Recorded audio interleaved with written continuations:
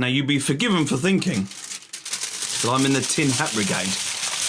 I'm not, but I haven't got a smart meter to measure my energy, and I don't particularly want one. So I had to find another way of measuring my energy. And I think I found it. Yeah, so welcome back to Dadskillz. As I say, I'm not normally a tin hat wearing kind of person, but I haven't got a smart meter. Don't particularly want one. I don't like the fact that they could change my tariff very quickly without really notifying me and only telling me on their website, which I'm never going to look at. These big companies know far too much about me as it is, so energy-wise they can keep on guessing. But it would be interesting to know, obviously, the times we live in, and the cost of gas and electric is going to go up in October again. I found this little power monitor on Amazon. We'll just take a quick look at that, and I've been using it. I've plugged it into various things and seeing what it's going to cost me over a day or a week or so. So we just take a quick look at this. This was the cheapest one I could find. It was about 14 quid, I think. Now, the big downside of this one is that the display isn't backlit. So if you're trying to stick it in a dark cupboard somewhere, it's tricky to see it.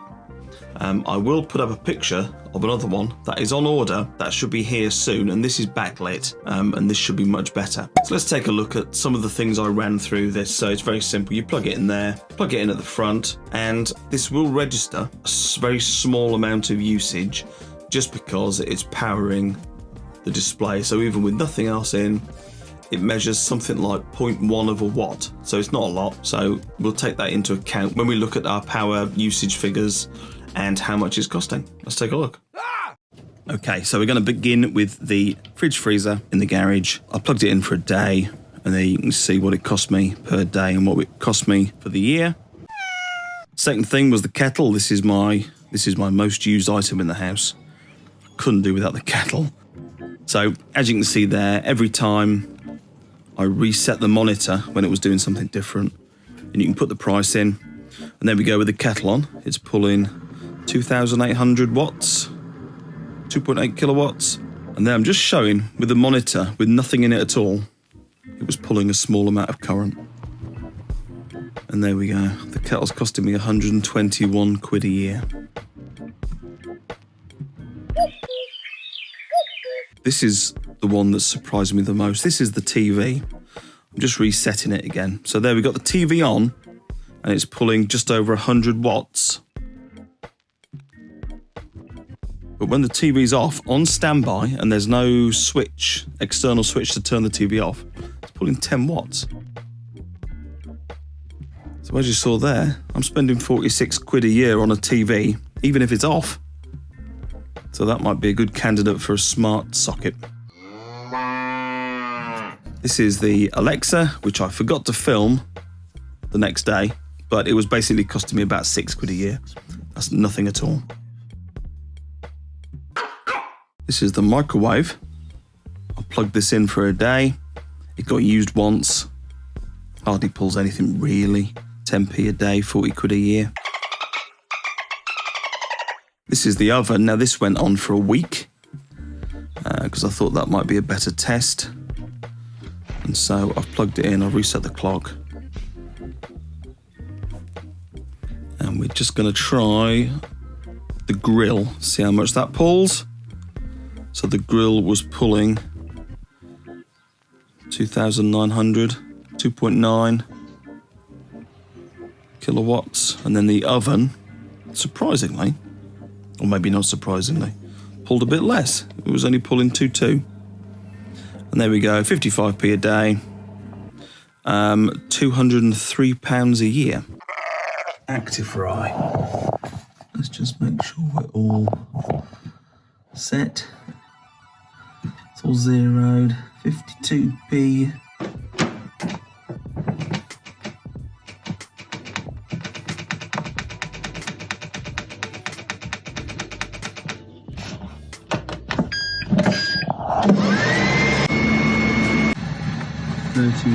watts, 1.3 kilowatts.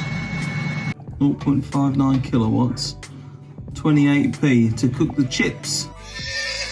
Okay, the 1 cup of tea test. I've filled the kettle up with enough water for 1 cup of tea. 52p. pulling nothing, it's cost us nothing. Okay, so let's go on that. Let's turn the kettle on. We are now pulling almost 2800 watts. Okay. So, how much did that cost us? 0.05 of a kilowatt. And that cost us 2.6p to boil the kettle for 1 cup of tea.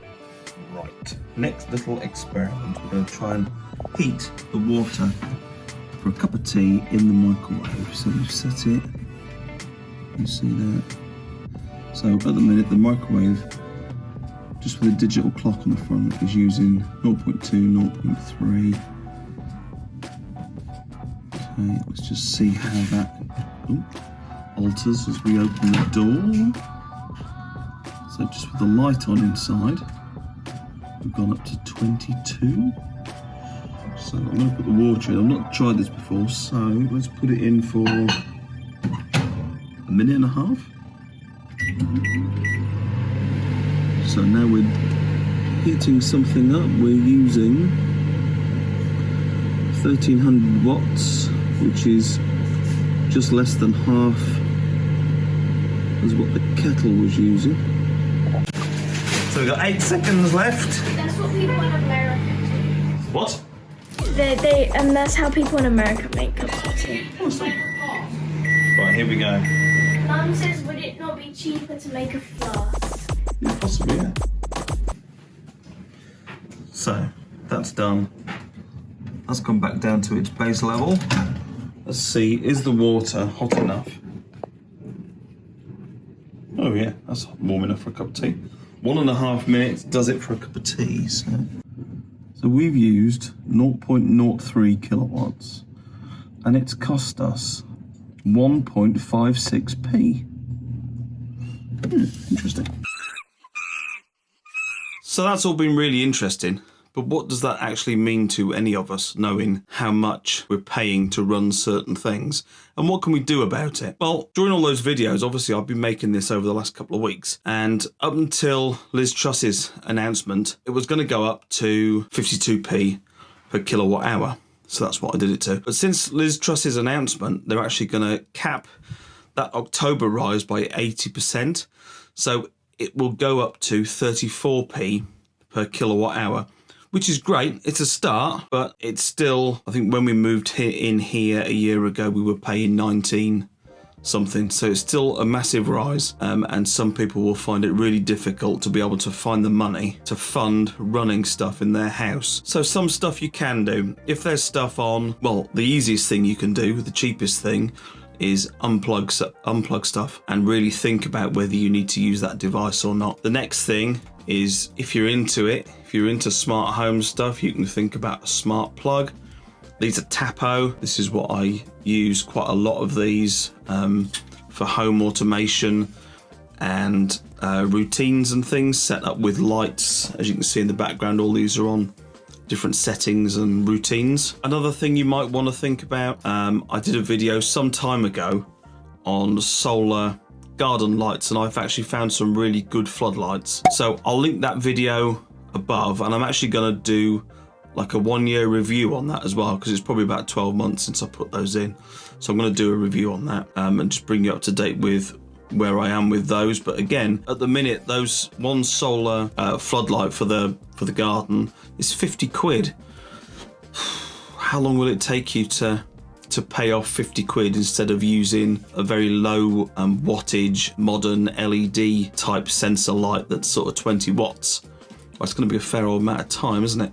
So it's something to weigh up, isn't it? I'd be really interested to know your ideas about how you're thinking of saving money. Let me know in the comments below. There's also a video coming soon on a review of the heated clothes era. I've done a video on that before and it's excellent. I am aiming to do a review video of that soon, because obviously now we can't hang the clothes outside. It's getting colder. You never know whether it's going to rain or not. That heated area, if you've got space, certainly is a lot cheaper to run than the tumble dryer. So that review of that will be coming as well. So YouTube are going to recommend a video to you in a moment that I think you'll enjoy. I think you'll enjoy it too. Take a look and I'll catch you again. Cheers.